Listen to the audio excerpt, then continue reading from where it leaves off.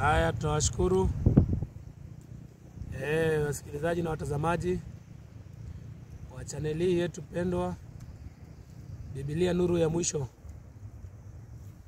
Kwa majina naitwa DK, mtumishi wa Mungu ama Daniel.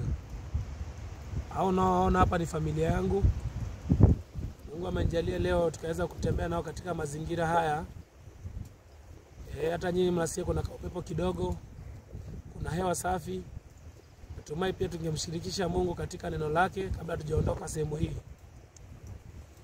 Nadhani watajitambulisha kwa haraka kwa majina kila mmoja. Nadhani tutaanza kwa upande wa kushoto. Mke wangu atajitambulisha, alafu baadaye mtoto wangu atajitambulisha akiwa mwisho. Na pia cameraman ambaye anatuchukua hapa video, ndugu mwenzetu katika imani, atajitambulisha kwa majina. Alafu baada ya hayo natumai Mungu atatuongoza katika kipindi hichi. Karibu. Naam, kwa majina ni Margaret ama Mama Sasha. Tunamshukuru Mungu kwa hapa siku ya leo, na tunatumai kwamba ujumbe ambao ametupatia tutaweza kufikisha vile ambavyo yeye anataka, na mwishowe sifa na utukufu zitazidi kumrudia. Asanteni. Amina, karibu sana. Sasha, ni wewe, jitambulisho. Naitwa nani? Sasha Wanjiko. Sasha Wanjiko. Ni mpendo wetu, mtoto wetu, umri miaka 4. Pia yako katika imani. Na tume Mungu amemjalia sababu asema watoto wote waacha waje kwangu. Pia sisi tunafaa kufundisha watoto wetu. Hata nyinyi watazamaji, watoto wenu Mungu anasema kwamba katika kitabu cha Isaia 54 ngapi 5 ama 13 anasema kwamba watoto wetu watafundishwa na Mungu. Pia ukisoma katika Deuteronomy, nadhani ni vizuri tusome Deuteronomy, inasema kwamba inasemaje 6:7. Kitabu ni cha Kumbukumbu la Torati. Tunafaa kufundisha watoto wetu kwa sababu nyakati ambazo tuko nasema nyakati za mwisho, na tunafaa kujiandaa na tuandae pia familia zetu ili watoto wetu wasikuje kutuzia sisi kupata ufalme wa Mungu. Inasema nini? Nawe uwafundishe watoto wako kwa bidii. Ati nawe uwafundishe watoto wako kwa bidii. Na kuyasema uishipo katika nyumba yako. Na utembeapo njiani. Na ulalapo. Na nilalapo. Na uondokapo. Venye nimeondoka nikuja na mwanangu hapa namfundisha, nitakaporudi namfundisha. Yaani lazima ajue habari njema ya Kristo, kwa sababu hivyo ndivyo Kristo alilewa. Ndio maana unamuona Yesu katika maisha yake. Miaka 12 alikaa katika mikono ya wazazi wake kabla hajaingia katika hekalu. Mariamu na Yusufu waliweza kumlea. Hakupelekwa hadi shule za kidunia ama nini, hapana. Ondo alimlea na kumfundisha. Baada ya hapo walivyoelewa, akaweza kuwa na hekima ya kuingia katika hekalu la Mungu. Ndio baadaye akawa anawaambia, naona mnanitafuta na niko katika nyumba ya baba yangu. Hapo ndipo alianza safari yake ya kimaisha. Kwa hivyo ni vizuri kuwalea watoto wetu na tuwatunze. Nadhani atawapatia memory verse moja. Sasha? Wapatie memory verse. Efeso? 4:5. Inasemaje? Inasema Mungu mmoja, imani moja, ubatizo mmoja. Barikiwa. Pia Yohana 1:1. Yohana 1:1. Inasema hapo mwanzo kulikuwa na neno. Neno alikuwa Mungu. Neno alikuwa kwa Mungu. Neno alikuwa Mungu. Yes, John chapter 11. Inasema Jesus. Good. Kwa hivyo kwa muda huu nitamkaribisha mke wangu, kuna ambaye amewaandalia aweze mafundisho kidogo ya Kristo. Karibu. Asante. Leo nitaongelea kuhusu mavazi kwa wanawake. Na natumai kwamba Mungu ataniongoza ili tukaweze kujua ni mavazi ipi wanawake wanafaa kuvalia, kwa sababu tunavyoona sasa hivi kwa dunia ni kwamba wanawake wanavaa vibaya jinsi ambayo haimpendezi Mungu. Kwa leo tutaenda kusoma Timotheo wa kwanza mstari wa 2, chapter 2 verse 9. Kitabu ni cha Timotheo. Timotheo wa pili, kwamba ni jinsi gani wanawake wanafaa kuvaa ama kujipresent hata unapotoka nje wewe kama mwanamke. Watu wakikuangalia wanaona nini? Tusome. Inasema, vivyo hivyo wanawake wajipambe kwa mavazi ya kujistiri. Kwa hivyo tunafaa kujipamba kwa mavazi ya kujistiri, mavazi ambayo sio ya kuonyesha mwili wako. Kweli. Ukivaa mavazi, wacha mwili wako usikaonekane. Kwa sababu hata ukitoka hivi nje, umevaa vizuri, mavazi yako yamefunika kuanzia shingo mpaka chini, au hakuna mahali unaonyesha mwili wako, hakuna mahali unaonyesha uchi wako, ni kwamba Mungu anafurahi. Na pia hata unapotoka nje watu watakuheshimu. Lakini ukivaa mavazi ambayo ni ya kujionyesha mwili wako, watu hata wanaume hawawezi kuheshimu. Amina. Endelea ikisema, mavazi ya kujistiri pamoja na adabu nzuri na moyo wa kiasi, si kwa kusuka nywele wala kwa dhahabu na lulu wala kwa nguo ya thamani. Kwa hivyo tunafaa kuwa na moyo wa kiasi. Pia naambia sio kwa kusuka nywele. Hata pia karakta ya mtu pia inaonyesha mengi kuhusu mtu huyo. Hata nikikutana na wewe mara ya kwanza, nione karakta yako, mavazi yako, nitajua kwamba wewe ni mtu aina gani. Kwa hivyo ni vyema wacha tuwe na adabu nzuri. Hata ukitoka nje watu wanaona yenyewe Mungu yupo ndani yako. Wacha Mungu akakae ndani yetu sisi kama wanawake. Na pia imetaja hapo mambo ya kushuka nywele. Kweli kabisa. Tufai kuwa na mapambo, kuonekana tu kwa mapambo ya nje. Unajua siku hizi wanawake wametaka kuonekana sana, wamevaa earrings, wamejipaka eyelashes, wameweka mpaka wanaongeza makucha, na si vyema. Kwa sababu Mungu, Biblia inasema we are fearfully and wonderfully made. Kwa hivyo ikisema hivyo haijakosea, inajua kwamba sisi tuliumbwa na Mungu anajua akituumba alituumba tukiwa warembo hivyo vile tuko. Hafai kutolewa makosa. Hafai kutolewa makosa. Hiyo ni kama kutoa Mungu makosa. Unapaka makeup ya nini? Kweli. Unasuka nywele kwa nini? Mungu amesema usishuke. Wacha tukakae natural vile Mungu ambavyo alituumba. Wacha tusikaingie kwa hii mambo ya dunia, kwa sababu shetani analeta haya mambo yote ili tuone kwamba ni mazuri, ili tusahau njia ya Mungu, tufuate njia ya uovu. Kweli. Amina. Kwa hivyo wacha tukakae kama wanawake ambao wanampendeza Mungu, kwa sababu hata ukimpendeza mwanadamu haifai. Kumpendeza mwanadamu haifai. Wacha tukampendeze Mungu. Tutaenda kusoma kitabu cha Petero wa kwanza. Petero wa kwanza 3:3. Pumzi ya Mungu inasema. Naam. Kwanza mwalimu wangu hii inarudia the same thing. Inasema kuhusu, hii mafundisho ni kuhusu wanawake. Kujipamba kwenu kusiwe kujipamba kwa nje, yani kusuka nywele. Naona imerudia, yani kusuka nywele. Kwa hivyo kulingana na nywele, mwalimu wangu, Mungu anasema haifai kusukwa. Kwa hivyo kisuka unaenda kinyume na Biblia. Haendelea kisema kwamba na kujitia dhahabu na kuvalia mavazi, bali kuwe na utu wa moyoni usioonekana katika mapambo yasiyoharibika, yaani roho ya upole na utulivu, yaliyo ya thamani kuu mbele za Mungu. Maana hivyo, hebu sikizeni hapa kwa makini, vivyo hivyo ndivyo walivyojipamba wanawake watakatifu wa zamani waliomtumaini Mungu na kuwatii waume zao. Kwa hivyo tunaona pia wanawake wa kitambo ambao ni akina Sara, kina Rebeka, kweli, walikuwa wanavaa nguo ambazo ni za kufurahisha na za kumpendeza Mungu. Kweli. Kwa hivyo wacha tukakae kama wale wanawake wa Biblia kuangalia wale wa kitambo. Kweli kabisa. Kwa sababu hivyo ndivyo Mungu alikusudia mambo ya kuwe. Si kama sasa hivi. Sasa hivi shetani ameingilia mambo mingi. Anataka kugeuza mambo ambayo Mungu aliweka. Kweli. Kwa hivyo wacha tusifuate njia ambayo inaenda kutuangamiza. Wacha tukafuate njia ambayo inaenda kwa Mungu. Amina.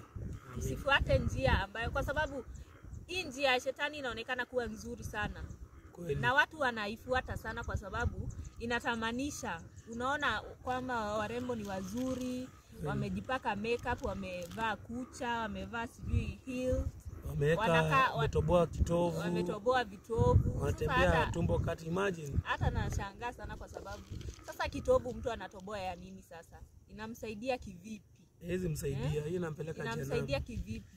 Wacha tukawe wanawake wenye mapambo nzuri na wenye kuvaa nguo za kujistiri, nguo mrefu, nguo sketi. Kama tuangalie kwa Biblia ni nguo gani wanawake pia wanafaa kuvalia. Mwalimu wangu hapo tu kiendelea, ningependa kuongezea point nyingine hapa. Ukisoma Methali, kitabu cha Methali 16:25 inasema hao ambao wanajiona kwamba hizo njia zinawafaa, wanatoboa earrings, wanatoboa, wanajipaka eyebrows, wanajiongeza kucha, wanamtoa Mungu makosa. Methali inasema 16:25 iko njia ionekanayo kuwa ni sawa machoni pa mtu. Kweli unaona kabisa hiyo njia sio, wanaona inawafaa, ndio maana wanavaa hivyo. Wanatembea migongo wazi, wanavaa mini skirt imefika mpaka huku. Sasa Mungu anasema iko njia ionekanayo kuwa ni sawa machoni pa mtu, lakini mwisho wake ni njia ya mauti. Baadaye tunampeleka jehanamu. Naona? Kwa hivyo wakifuata hizi njia wanaona kwamba ni ambazo zinafaa. Lakini ukisoma Biblia ambalo ni neno la Mungu, unapata kwamba njia hizo si hazifai na zinakupeleka mautini. Kwa hivyo wacha tukawe watu wa kubadilika. Amina. Na tukasikilize sauti hii, kwa sababu Mungu ndiye ametutuma hapa. Hatuongei maneno yetu bali tunatoa kwa Biblia. Biblia ndiyo ambayo inaongea hivyo. Wacha tukafuate neno la Mungu. Tukaweze kusoma Nahum. Kitabu ni cha Nahumu 3:5. Nahumu 3:5. In fact hiyo ni nzuri mwalimu wangu. Hiyo inaongelea kuhusu mavazi ya wadada. Yani kidogo Nahumu. Cha Nahumu.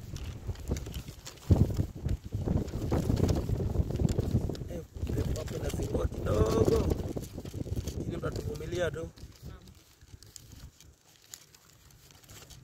Mungu akaweze kutusaidia na akatushushie roho wake ili tukaweze kubadilika, kwa sababu pia kubadilika inahitaji Kristo awe ndani yetu. Ndivyo tukaweze kubadilika. Amina. Kitabu ni cha Nahumu 3:5. Pumzi ya Mungu inasema, tazama mimi ni juu yako, asema Bwana wa majeshi, nami nitayafunua marinda yako mbele ya uso wako. Kwa hivyo wanawake wanafaa kuvaa nini? Marinda. Ukisoma hilo andiko kwa Kizungu inasema skirts. Inasema skirts. Tafadhali watazamaji na wasikilizaji ufuatilie. Utasikia kwamba sketi, Mungu anasema kwamba inavaliwa na wanawake. Marinda, si trouser, si ndio? Naam. Kwa hivyo Mungu atusaidie ili tukaweze kuacha mavazi ambayo haimfai, haimpendezi, na pia mienendo yetu. Kwa sababu sasa hivi ukiangalia ndoa mingi zimeharibika kwa sababu ya nini? Kwa sababu ya wanawake kutembea uchi. Kweli. Wanawake wametembea uchi, wanaume wakitoka nje wanaona tu uchi. Wanakuwa tempted. Wanaenda wanazini tu na huko nje. Sasa hiyo chanzo chote ni nini? Wacha tukajifunike mili yetu. Ili hata wanaume wanapotuona huko nje wanatuheshimu. Anaona kweli ule ni mwanamke wa kuheshimiwa. Tabia yako inakutangaza nje. Wacha ukawe mwanamke wa kupendeza Mungu. Kila saa unapotoka nje, jiangalie, jiulize, mimi ninampendeza Mungu, nikitoka kwa hii mlango ninampendeza Mungu ama nitaenda kinyume na neno lake? Amina. Wacha tukawe wanawake wa kupendeza Mungu, na tukawe na mioyo ya kiasi na adabu nzuri pia. Amen. Asanteni. Yaani hapo ningeongezea kwa kumalizia kwamba wanawake katika ile fundisho fupi imefundishwa na dada yetu Margaret. Mnapovaa mavazi ambayo hayafai. Tumetoka nje na nguo ya kulala, unanika nguo pale nje ama unaosha hapo nje. Mwanamume anapita, unamtia tamaa. Mambo kama yale Mwenyezi Mungu yanamchukiza. Kwa sababu ili yule mwanamume akuwaze, wewe utakuwa umefanya nini? Unamtamanisha, si ndio? Na pia wanaume sikieni. Hebu tusome katika andiko la Mathayo 5:28. Inasema hivi: lakini mimi nawaambia, huyu ni Yesu anasema, lakini mimi nimewaambia, kila mtu atazamaye mwanamke na kumtamani amekwisha kuzini naye moyoni mwake. Kwa hivyo kutamani tu mwanamume utakuwa umezini. Na kuzini si lazima muende lodging, ati tuende lodging tulipe room ndio tuzini, ati tuzini hapa alafu ati itajulikana. Hapana, Kristo anasema nyinyi mkishafanya vile, nyinyi mmefanya nini? Umezini. Naona. Kwa hivyo ni vizuri tuelewe. Pia andiko la mwisho ndio tukaribishwe kwa awamu ya pili. Tungesema hiyo Kumbukumbu la Torati. Ni jambo muhimu sana, ilifai kuwapita wanawake na wanaume. Leo hii dunia imejaa dhambi. Leo hii dunia imejaa dhambi. Kumbukumbu la Torati 22 mstari wa 5. Yaani maandiko ambayo wachungaji leo hii hawahubiri waumini wao. Inasema kama ifuatavyo: wanawake wasivae mavazi yampasayo mwanamume, wala mwanamume asivae mavazi yampasayo mwanamke, kwa maana kila afanyia mambo hayo ni machukizo kwa Bwana Mungu wako. Yaani mwanamke sasa hivi, sijui mimi ningekuja sasa hivi hapa nimevaa sketi, ndio cameraman kabisa, ningekuja nimevaa sketi, kwa mtazamo wenu nyinyi hata wasikilizaji mnaweza nisikiza kweli? Takuwa ni shoga mama. Si mimi ndakuwa ni shoga. Na imagine hiyo acha niwaambie, hiyo ni kitu ambacho kilitabiriwa na kishatimia kwa wakati huu. Mwisho ungemalizia kupigwa mawe. Naona ningepigwa mawe ningeambia nafanya nini? Ushoga. Pia mwanamke unapovaa trouser si ya kwako. Mimi nikupe trouser yangu uvae na mimi nivae hii dera yako, wote onekana kwamba uko sawa. Lakini kuongea ukweli, hiyo trouser si yako. Hiyo ni njia moja shetani alifanya, na shetani wanatumia wanawake sana. Ndio maana unaona alimtumia Eve wakati wa Edeni. Kwa hivyo tujichunge sana wanawake katika mapambo zetu. Kitupasiano tu ni kujichunga mavazi na kuheshimu waume wenu. Waume wenu nao washikilie boma kama kichwa wa boma, waongoze katika imani. Hivyo Yesu anapokuja wakati wa mara ya pili, utakuwa mko tayari. Hiyo ilikuwa nyongeza langu. Nashukuru sana mwenzangu kwa kuwasilisha neno la Mwenyezi Mungu. Mungu akujalie, akubariki, uzidi kuhimiza wadada katika imani, kwa sababu imani ya Kristo sio rahisi. Lakini ukimkubali Kristo ni rahisi. Hata wewe mwenyewe ukiwapa siku moja tu utawapatia historia yako ya nyuma. Si ndio? Kama ni trouser, mini skirt, kusuka nywele, eyebrows, nini, lipstick siko unafanya. Hiyo yote Mungu alikujalia na ukaanza kuacha kwa sababu ulimpenda Kristo. Wanaokiri uchungaji wa Mungu, wanawake watakubali maneno ya nani? Ya Kristo. Ya Kristo. Asante sana. Kwa hivyo ningefurahia sana kwa hiyo presentation. Ila pia na mimi niko na jambo nilikuwa nataka kuongelea, mambo wakadha. Sisi wote tumemtazamia Kristo kuja mara ya pili. Lakini kuna njia mbalimbali ambazo lazima tuziwache. Kwa mfano, moja hapo ni ipi? Moja hapo ni hii. Hebu nisaidie Mathayo Yohana 12:48. Hii ni njia moja ambayo watu wamekuwa wakifanya wakiepuka. Na kuepuka hii njia, imagine wewe na Kristo utaona uzima wa milele. Yohana 12:48. Inasema kwamba Yeye anikatae mimi, Yesu anasema yeye anikatae mimi, asiye yakubali maneno yangu, asiye yakubali maneno yangu, anaye amhukumuye, neno hilo nililolinena ndilo litakalo mhukumu siku ya mwisho. So unasikia Yesu anasema mnakataa hayo maneno yangu, mumenikataa mimi. Kwa hivyo na hayo maneno mmeyakataa ndio itakuhukumu wakati gani? Wa mwisho. Wakati wa mwisho. Leo hii ningependa tuangalie mambo yatakayosababisha tuone uzima wa milele. Kwa mfano tusome katika kitabu cha Mathayo sasa 19:16. Kitabu cha Mathayo 19:16 usikie.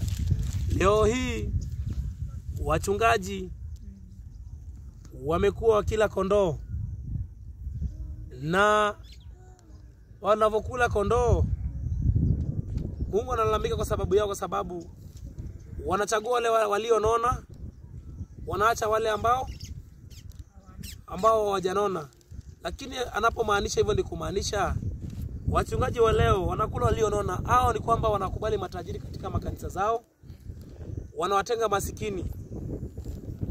Ungekuza tu kamba kidogo hiyo Mathayo, ndio tuweke misingi vizuri. Turudi katika ni kitabu gani? Ezekieli 34. Tani ni mzuri. Tusikie na waongelea nini kuhusu wachungaji. Ngapi? 34 ngapi? Tutaanzia tu hapo moja. Ezekieli 34:1. Nasema kwamba neno la Bwana likanijia. Ati neno la Bwana lilimjia Ezekieli kusema, ikisema, mwanadamu, ati mwanadamu, toa unabii juu ya wachungaji wa Israeli. Ati toa unabii juu ya nani? Ya wachungaji wa Israeli. Juu ya wachungaji, si ndio? Naam. Si juu ya manabii. Si juu ya watoashi. Naam. Si juu ya waumini. Ni wachungaji. Itolewa nabii juu ya nini? Wachungaji wa wachungaji, ili andiko linawahusia nyie. Hebu sikia nasema nini? Toa unabii. Toa unabii. Waambie. Waambie nini? Naam. Hao wachungaji Bwana Mungu asema hivi. Ati nyinyi wachungaji Bwana Mungu anasema hivi. Ole wao wachungaji wa Israeli. Ole wenu nyinyi wachungaji wa Israeli. Wanaojilisha wenyewe. Ati wanajilisha wenyewe. Je, haiwapasi wachungaji kuwalisha kondoo? Ati iwapasi wachungaji kulisha nani? Kondoo. Haipasi wachungaji kulisha nani? Kondoo. Tupe habari. Mnawala walionona. Ati mnawala wale walionona. Mnajivika manyoya, mnawachinja walionona. Ati mnajivika manyoya, mnawachinja walionona. Kwa mfano kama saa hii enda kwa ng'anga, utapata ng'anga yeye mwenyewe anachagua wale ambao wanamtolea zaka na sadaka kwa wingi, si ndio? Si kuna msichana alienda akaomba usaidizi kwake. Juzi tumeshuhudia kwa YouTube, mtaona. Anasema kwamba kuna shida, amefungiwa nyumba. Ng'anga alimwambia utoagi tithe huko na utoagi sadaka kufanya nini? Enda. Ondoka. Si alimwambia hivyo? Ila sasa kwa nini ng'anga afukuzia wengine? Kwa sababu anakula waliono, anafaidika. Hiyo ndio shida moja. Tupe habari.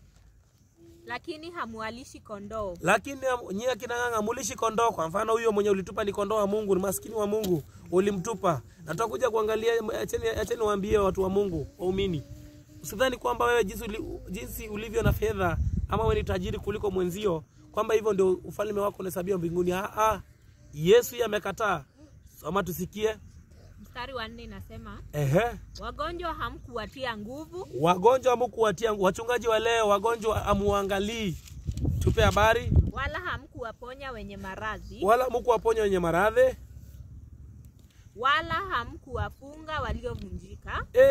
Wala hamkuwarudisha waliofukuzwa. Wala hamkuwarudisha waliofukuzwa. Wala hamkuwafungua wala hamkuwatafuta waliopotea. Unaona? Bali kwa nguvu na kwa ukali. Bali kwa nguvu na ukali. Mmewatawala. Mumewatawala. Nadhani imeharibu kidogo, inakuwa imewatawanya. Mmewatawanya. Nafikiri nasema kwamba imewatawanya. Yaani wachungaji wametawanisha kondoo za nani? Za Mungu, si ndio? Hebu soma katika kitabu cha Isaia 56:10, alafu turudi katika Mathayo 56:10.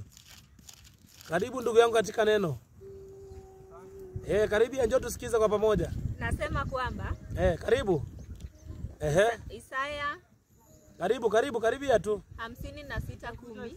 Hamna shida, karibu ndugu yangu. Isaya 56:10. Nasema kwamba walinzi wake ni vipofu. Ati walinzi wake ni vipofu. Wote pia hawana maarifa. Ati walinzi hao hawana maarifa hata waweze kufahamu. Ati hao maskini wanafaa kuwa kanisani. Waache kuchagua matajiri. Kuwakula walionona ila wa maskini wanaweka kando. Sasa Isaya anasema wachungaji hao hawana maarifa. Wote ni mbwa walio bubu. Ati wote ni nini? Ni mbwa walio bubu. Tupe habari.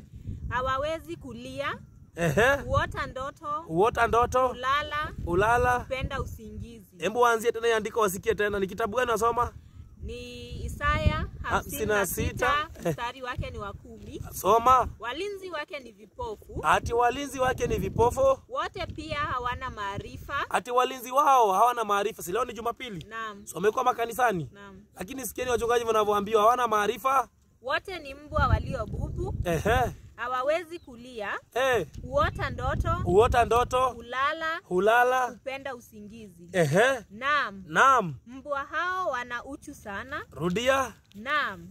Mbwa hao wana uchu sana. Mbwa hao wana uchu sana ama choyo sana. Yaani hao wanajipenda wenyewe. Kazi yenu nyinyi ni toa nyinyi mtabarikiwa mtapokea. Naona lakini wao changeni. Changeni pasta gari lakini nyinyi mtareceive. Wana uchu na wanachoyo sana. Tupe habari. Hawashibi kamwe. Kila mpaka siku hizo wameweka services. Kuna services ya saa 2 na sadaka hiyo wakati. Kuna ya saa 4 mmegawanishwa mpaka muda. Kwa sababu wameona wakiweka ni moja hawapati pesa. Sasa tena wameona hivyo haitoshi. Wanaona kana kwamba baadaye kunafaa kuwa na watu wanasema kwamba ni maombi. Ni maombi kuja kutoka Jumatatu saa 11 mpaka hiyo wiki mzima ndiki ya maombi. Na wanasema ukija usikuje mikono mitupu. Ile anapokuombea wache kitu. Ama wache hela fulani, pesa fulani. Kwa nini? Na Yesu afundishi hivyo. Yesu anasema nimetoa bure na nyinyi toeni bure. Kwa nini maombi kuja ukiombea unaambiwa kuja na bahasha fulani uweke? Kwa nini? Usipokuja na bahasha unaambiwa kwamba utaombewa. Hebu tupe habari, endelea kisema. Na hao ni wachungaji wasioweza kufahamu neno. Ati mbwa hao walio na choo ni nani? Ni wachungaji wasioweza kufahamu neno. Ni wachungaji wasioweza kufahamu nini? Neno. Ndio maana wametawanya kondoo wa Israeli, wamepotea. Na Yesu anasema katika Luka bado tu anasema kwamba ufalme wa Mungu umefananishwa na maskini. Maskini hao ndio wa kwanza kurithi ufalme wa nani? Wa Mungu. Matajiri, mimi nawaambia nyinyi ambao mnaiko pale kanisani katika viti vya mbele, mnadhaminiwa sana wachungaji kwa sababu hata ukifanya kosa mchungaji hawezi kuhubiria kosa lako ili usiondoke. Ukiondoka ile zaka na sadaka ambayo unayatoa itatoweka. Lakini badala ya kumweka Mungu kwanza, unamtanguliza Mungu kwanza, unakataa kumtii yeye, mnamtii mwanadamu. Naona? Naam. Sasa turudi katika Mathayo 19:16 usikie.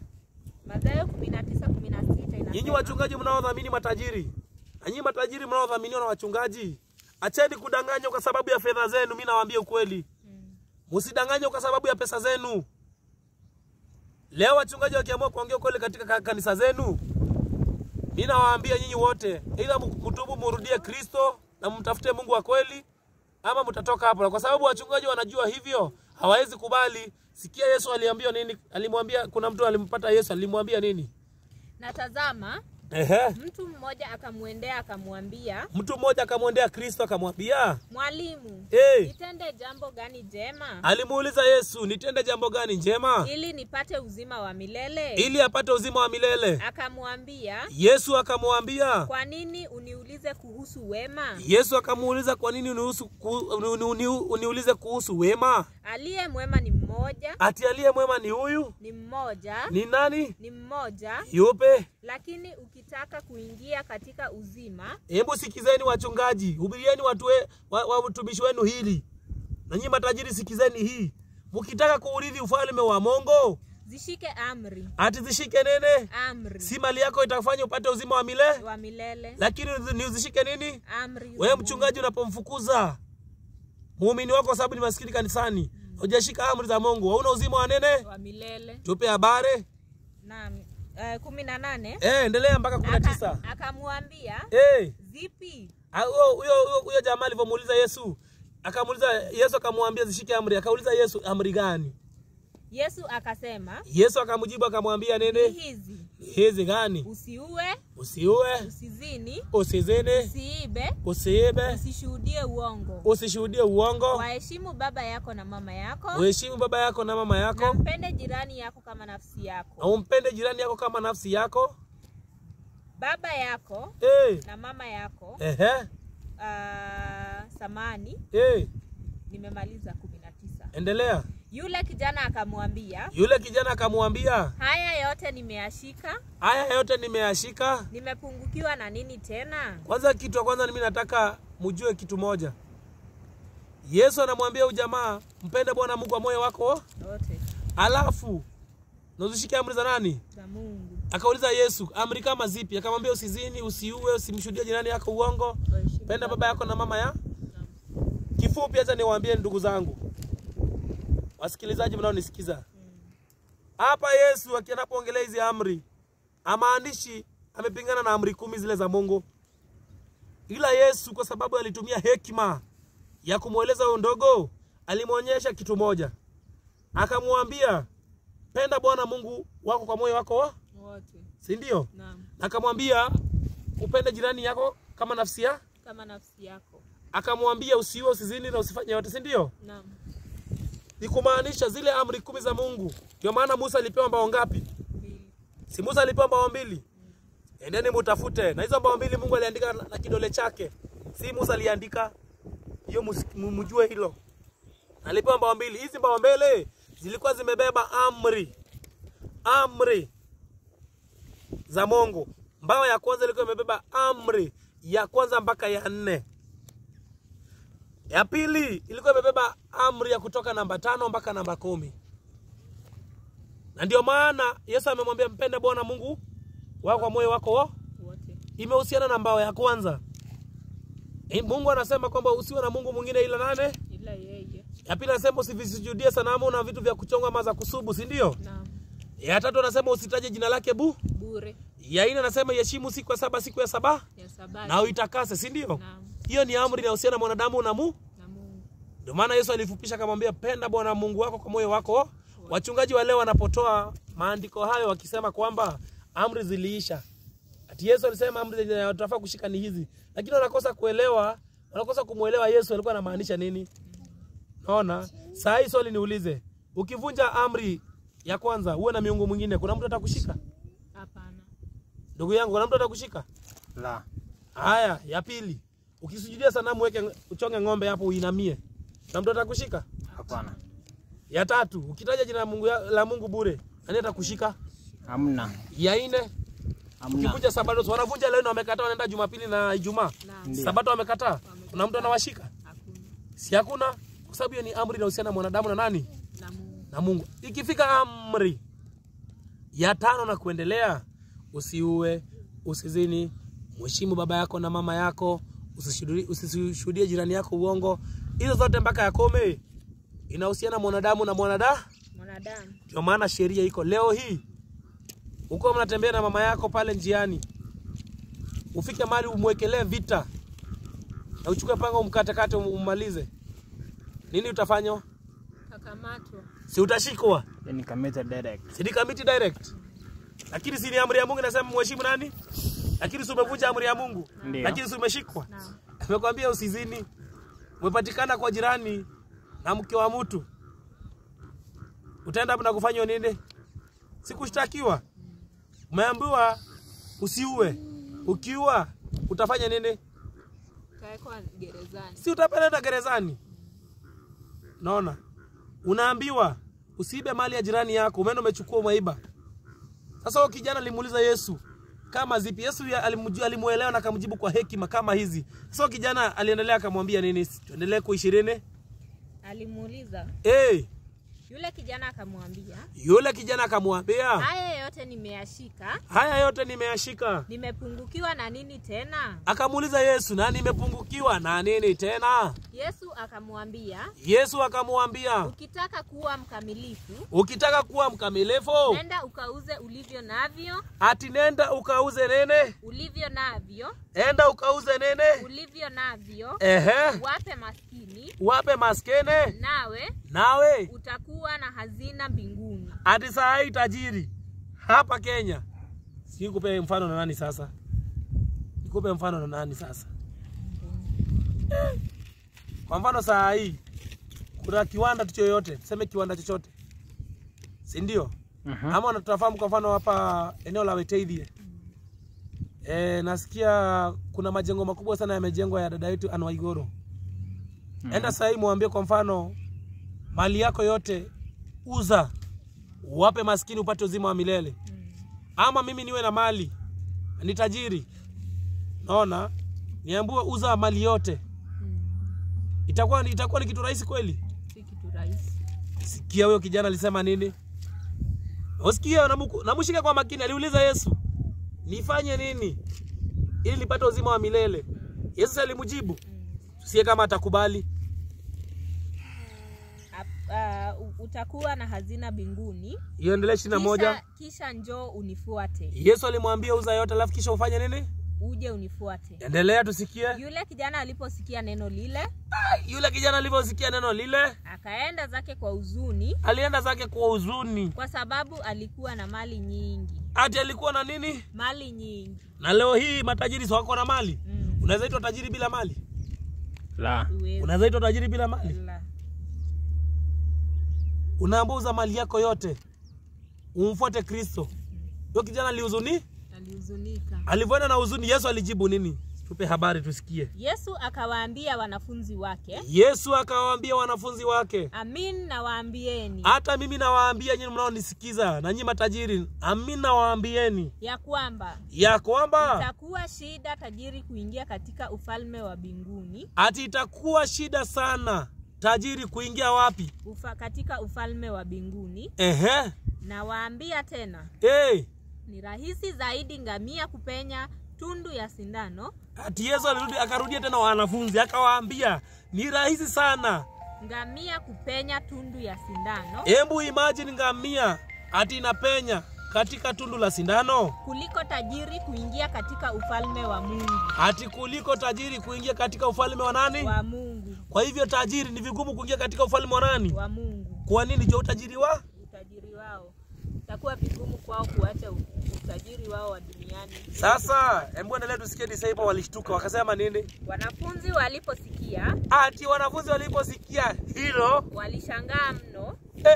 Kwani kumeenda aje tena? Ati hawatapata ufalme wa Mungu. Sikia wakisema, ni nani basi awezaye kuokoka? Sasa kama ni hivyo, ni nani basi atapata ufalme wa Mungu? Ni nani? Wanafunzi walishangaa ni nani? Yesu akawakazia macho akawaambia nini? Kwa mwanadamu hilo haliwezekani. Kwa mwanadamu hilo na kwa maana saa hii tajiri akemboze ghorofa kurudia Yesu halitawezekana, kwa sababu hajampatia Yesu moyo wake kama Ayubu alivyomrudia Yesu. Ayubu kwanza alitestiwa na mali yake yote, si ndio? Ikafika mpaka mahali Mungu akamwambia Shetani usiguze roho yake, si ndio? Lakini fanya vyote unavyotaka, salinyang'anywa mali yote. Kwa sababu Ayubu alimwamini nani? Mungu. Wanadamu wale wakimwamini Mungu na waache mali yao wauze wafanye Yesu anawaambia, si watabarikiwa? Watazidishiwa. Na watazidishiwa hata mara kadhaa kuliko zenye walikuwa nayo. Sasa wanafunzi wakasema nini? Sikia. Bali kwa Mungu yote yawezekana. Yesu aliwaambia bali kwa Mungu yote yawezekana. Lakini kwa mwanadamu haiwezekani. Ndio maana watu watakosa ufalme wa Mungu. Mimi nawaambia matajiri, hebu saidia Timotheo wa pili 3. 3 ngapi? Anzia tu hapo 1.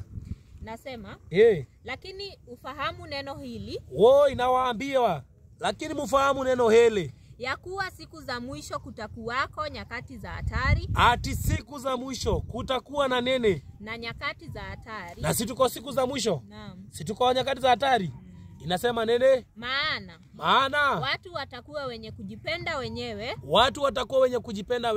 Wenye kupenda fedha. Wenye kujisifu. Wenye kiburi. Hata saa hii si wako? Naam. Mimi niko na pesa. Hii Kenya ukiwa na pesa, unaniambia nini?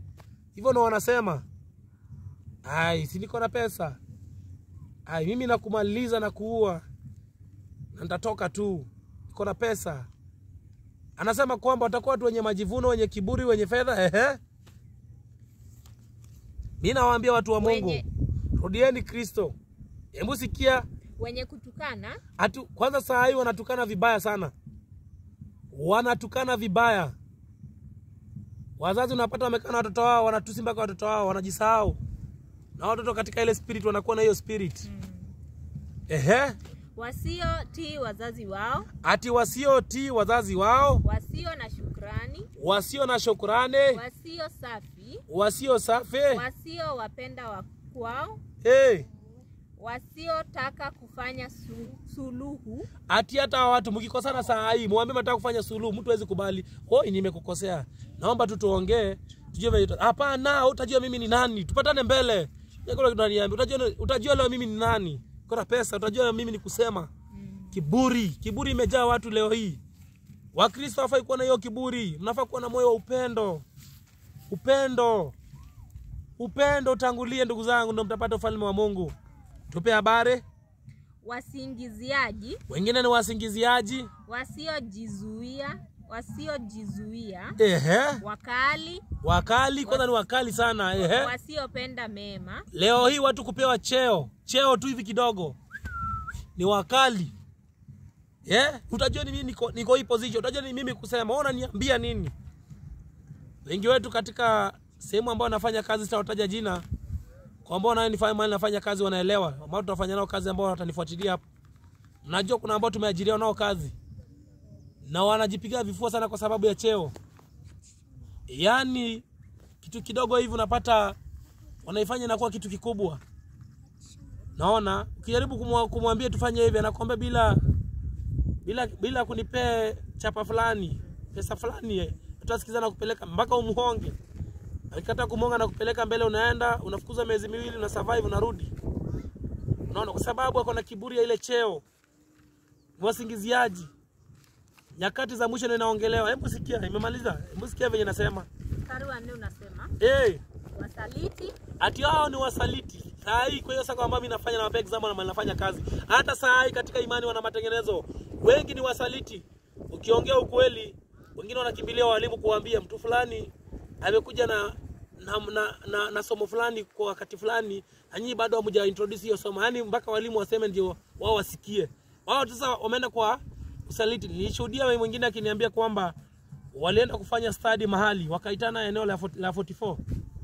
Walivyoitana pale wakafanya mjadiliano na wakasema kwamba ni wao kwa wao.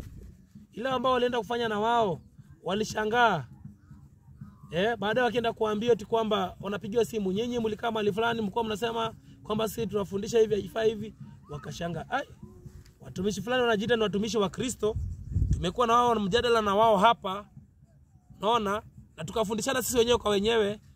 Ila wamekimbilia kule juu kuambia walimu eti watu fulani wanafanya hivi na hii. Ila baadaye wakiulizwa wanakana tisio wamesema wasaliti. Na mnajiita wa Kristo na katika kundi la wana matengenezo SDA. Nyinyi ni waongo. Nyinyi ni waongo. Wasaliti. Tuko nyakati za mwisho. Hii ni maandiko tunasoma. Tunapohubiria watu wa nje wamrudie Kristo, pia nyinyi jihubirieni. Sikia inaendelea kusema nene? Wakaidi. Wenye kujivuna. Wapendao anasa kuliko kumpenda Mungu. Wanapenda anasa kuliko nini? Kumpenda Mungu. Matajiri sikieni. Kila wakati nyama choma kule bypass. Na mali miaka ya nyuma kabla sijamrudia Kristo tulikuwa tunafanya pamoja burudani na Vispa na popote. Ikifanya kazi ya ubouncer.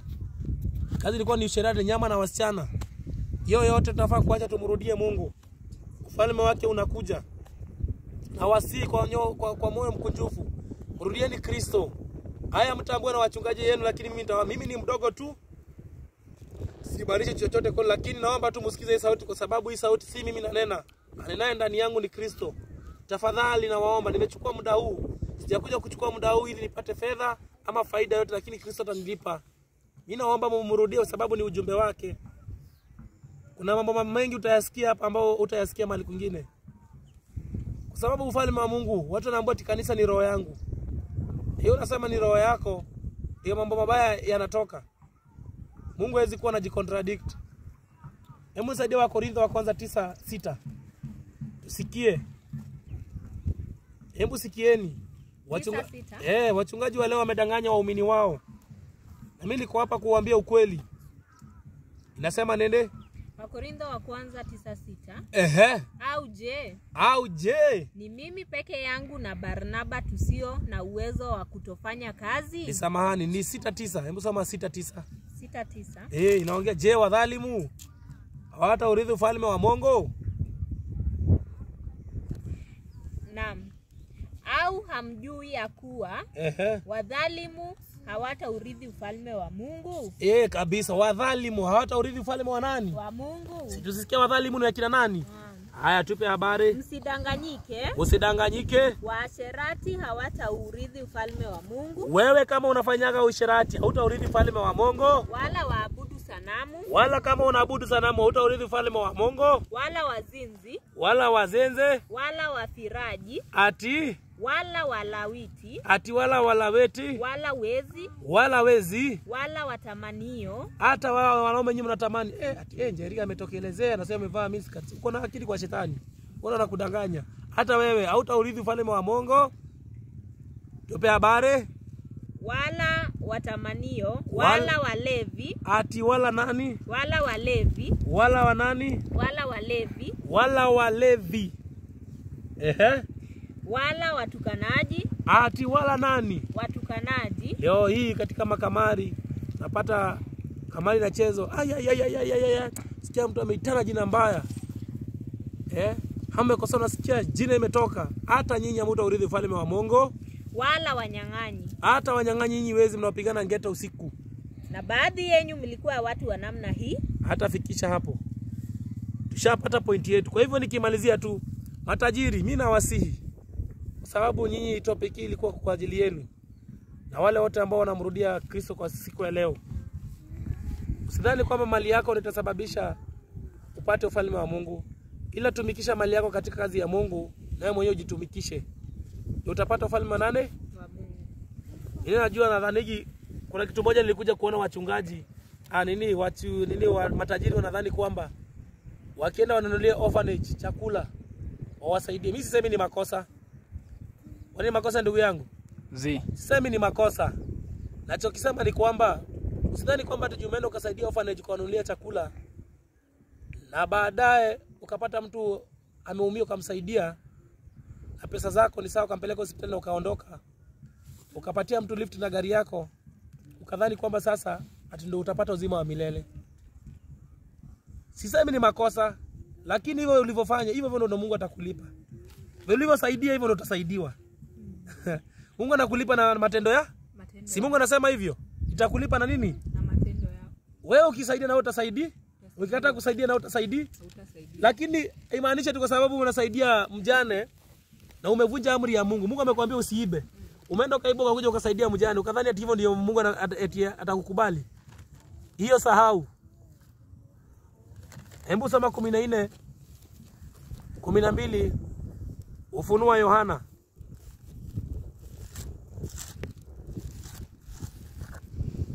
Kumi na nne Ufunuo Yohana.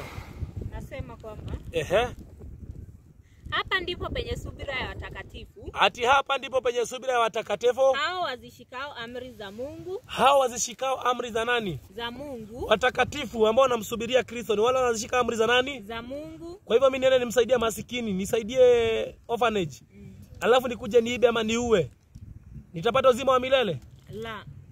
Nitapata uzima wa milele? Hauwezi. Nikiongea uongo nitapata uzima wa milele? Hauwezi. Matajiri msidanganyike kwa hilo mdhani eti kwamba itawasaidia. Kwa hivyo tukimalizia, hebu nisaidie kitabu ni cha Yakobo. Waraka wa Yakobo 5:1. Je, matajiri Yesu anawaambia nini? Yesu amewapea wito na mimi nawapatia wito matajiri. Sikizeni. Sikizeni matajiri. Ujumbe huu sio maskini peke yake ndio wanafaa kuurithi ufalme wa Mungu. Hapana. Hata nyinyi matajiri mnafaa kuurithi ufalme wa Mungu. Matajiri mnafaa kuurithi ufalme wa Mungu. Hichi kitabu cha Yakobo sura ya 5 imeandikwa specific kwa sababu yenu. Inasema nene Yakobo 5:1. Haya basi sikieni matajiri. Enyi matajiri. Lieni mkapige mayowe kwa sababu ya mateso yenu ati Mungu Yesu anasema mateso ambayo amewawekea lieni. Na mpige mateso mayowe kwa ajili ya mateso yenu yanayokuja. Mali zenu zimeoza. Kwanza burudie verse wasikie vizuri. Haya basi enyi matajiri. Rudia tena wasikie. Haya basi enyi matajiri. Na mimi nawarudia, enyi basi nyinyi matajiri mnaodanganya na wachungaji ati mkikaa hapo mbele mnafadhiliwa ati nyinyi ndio wa maana kuliko maskini. Enyi nyinyi matajiri sikieni. Lieni mkapige mayowe kwa sababu ya mateso yenu yanayowajia. Kuna mateso ambayo yanawajia, mnaambiwa mulie mpige mayowe. Mali zenu zimeoza. Ati mali zenu zimefanya nini? Zimeoza. Tupe habari. Na mavazi yenu yameliwa na nondo. Dhahabu yenu na fedha zenu zimeingia kutu. Ati pesa zenu na dhahabu zenu zimeingia kutu. Na kutu yake itawashuhudia. Nayo itakula miili yenu kama moto. Ati nayo itakula miili yenu kama moto. Mmejiwekea akiba katika siku za mwisho. Ati mmejiwekea akiba katika siku za mwisho. Lakini pale Yesu alimwambia yule towashi na yule kijana mwenye mali, enda wapatie mali yako masikini, utajiwekea hazina yako wapi? Lakini hao hazina yao wamejiwekea wakati wa mwisho. Kwa sababu ni wenye wivu na ni wenye kujivuna na kujipenda nyinyi matajiri. Na wenye choyo sana mnajikia mali, lakini hiyo mali yenu itakuwa nini? Mwisho itakuwa wakati wa mwisho wa kilio kwenu, si ndio? Itakula miili yenu kama moto. Endelea usikie. Mstari wa 4. Angalieni ujira wa wakulima waliovuna mashamba yenu. Hebu angalia kwanza, anawaambia ile ujira ambayo mnalipanga wafanyikazi wanakuja kwa shamba yenu. Ni kweli mliwalipa, lakini nikafanya kazi ya nyinyi yenu mmefanyia nini? Hebu sikia. Ninyi mliokosa kuwalipa kwa hila. Napiga kelele na vilio vyao waliovuna vimeingia masikioni mwa Bwana wa majeshi. So nasikia wengine hata hawalipi wafanyakazi wao, si ndio? Wanawanyang'anya. Nyinyi ambao tajiri mnawanyang'anya wafanyakazi wenu nyinyi. Sikieni venye Mungu anasema. Vilio vyao waliovuna vimeingia masikioni mwa Bwana. Atizo vilio zimeenda mpaka masikioni pa nani? Bwana wa majeshi. Kiama inawaongojea, jikoni inawaongojea. Tubuni mumrudie Kristo. Tubuni mumrudie Mwenyezi Mungu. Endelea. Mmefanya anasa katika dunia. Ati mmefanya anasa katika dunia. Na kujifurahisha kwa tamaa. Mmejinenepesha mioyo yenu. Ati mmejinenepesha mioyo yenu na kujiona nyinyi ndo mnafaa kuliko hawa. Kama kwa siku ya kuchinjwa. Ati kama kwa siku ya kuchinjwa. Mmehukumu mwenye haki mkamuua. Ati mmehukumu mwenye haki na mkamuua. Wala hashindani nanyi. Kabisa. Mimi nimewaambia matajiri, endeni msome hiyo ni James chapter 5 verse 1 to 5. Inaongelea nyinyi. Mungu hajawasahau. Hata kama anasema ufalme wa Mungu ni mfano wa maskini, hajawasahau nyinyi, anataka muwe maskini wa kiroho. Kwa sababu Yesu alisema hivi, hebu nisaidie 17 nisaidie 22:25 Luka. Sikia Yesu anasema nini? Wewe usidhani cheo chako ndio kitasababisha kwamba upate ufalme wa Mungu, hiyo utasahau. Mchungaji wako kama hajakuhubiria hiyo ya tajiri. Na nyinyi wenye cheo, sikia nasema nene? Akawaambia, Yesu akaambia wanafunzi wake, wafalme wa mataifa huwatawala. Wafalme wa mataifa huwatawala. Si hata saa hii si wako? Naam. Si Ruto wako? Si kuna mapresident wengine ya kina Trump na whatever, si ndio? Saa hii kuna ma MCS. Si ana wafalme wa mataifa. So wanatutawala. Si mapolisi wanatutawala. So umetuwekea serikali zinatutawala. Sikia wenye mitume wa Yesu aliwajibu. Wenye mamlaka juu yao huitwa wenye hifadhili. Hebu kwanza ongeanzia hapo juu ndo tuelewe. 24. Yakatokea mashindano kati yao. Kulitokea mashindano kati ya wanafunzi wa Yesu. Kwamba ni nani anayehesabiwa kuwa mkubwa? Hata walimu leo katika wana matengenezo wote, hatufai kushindana kuwa wakubwa, hatufai. Sisi ambao tunahubiri wahubiri, tunafaa tutoe hiyo kwa akili yetu. Lakini Yesu anatufundisha nene? Akawaambia, Yesu akawaambia, wafalme wa mataifa huwatawala. Wafalme wa mataifa wanawatawala nyenye, na wenye mamlaka juu yao huitwa wenye fadhili. Na wako na mamlaka juu yetu, sio wanaitwa fadhili. Si Ruto akipita pale si tunaondolewa kutoka barabara, magari yanatolewa. Apite kwa sababu yeye ni mfadhili. Governor sasa akipita ma MP hapa, sio zile gari za watu. Asubuhi kwa jambo wanaondokea wapite. Kwa sababu ni wenye fadhili katika nchi hii, si ndio? Lakini Yesu aliwaambia nene? Lakini kwenu ninyi sivyo. hivyo, lakini kwetu sisi sivyo. bali aliye mkubwa kwenu na awe kama aliye mdogo, Aliye mkubwa kwenu na awe kama aliye mdogo, na mwenye kuongoza kama yule atumikae. na mwenye kuongoza kama yule atumikae. Maana aliye mkubwa ni yupi? aliye mkubwa ni yupi? Yeye aketie chakulani au yule atumikae? Ehe, Si yule aketie chakulani, bali lakini mimi kati yenu ni kama atumikae. kabisa. Yesu anasema mimi niko hapa kati yenu kama atumikae, lakini ni yeye katika ufalme wa Mungu si ni wake. Naam. Si amepewa na baba ukuu wake na yeye ana urithi. Naam. Lakini bado amejinyenyekesha, si ndio? Naam. Hivyo ndivyo watu wa dunia tutafaa kuwa. Hata sisi tunangangana, si kwamba tuko wakamilifu. Tuko katika njia hizo hizo. Andiko la mwisho tuombe. Mwalimu wangu, soma katika kitabu cha Wakorintho 9.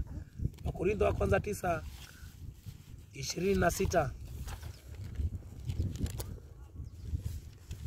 na 27 inasema nini?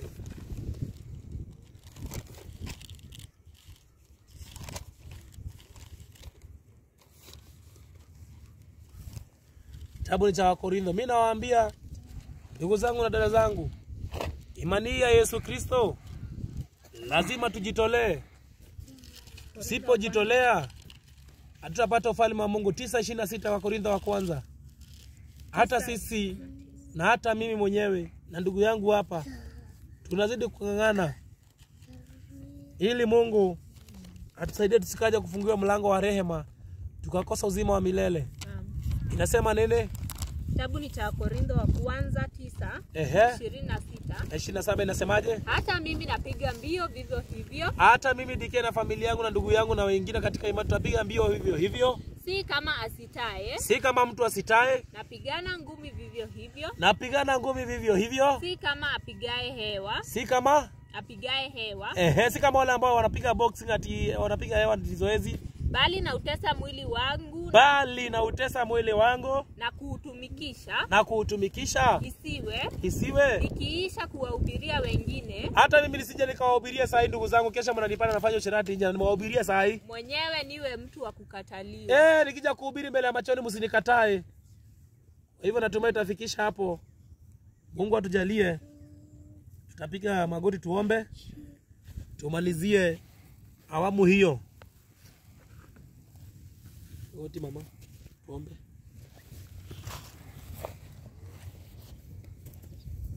Mtakatifu, mtakatifu uishe milele, ni asante, sifa na shukrani zikurudie. Kwa muda mwingine tusaidia, tunaweza kuongoza neno lako, umetuongoza. Umetufundisha ile yote uliyotaka kutufundisha. Ujumbe umefikia matajiri, maskini wa kiroho ambao wanahitaji kuona ufalme wako wa Mungu. Ujumbe wa mavazi imeweza kuhubiriwa na dada yetu hapa. Mtoto wetu umemjalia pia naye akaweza kupatiana memory verse, mjalie mpe neema yako na hekima yako, mjaze. Aweze pia kufundisha na watoto wenzake mashuleni na kwingine.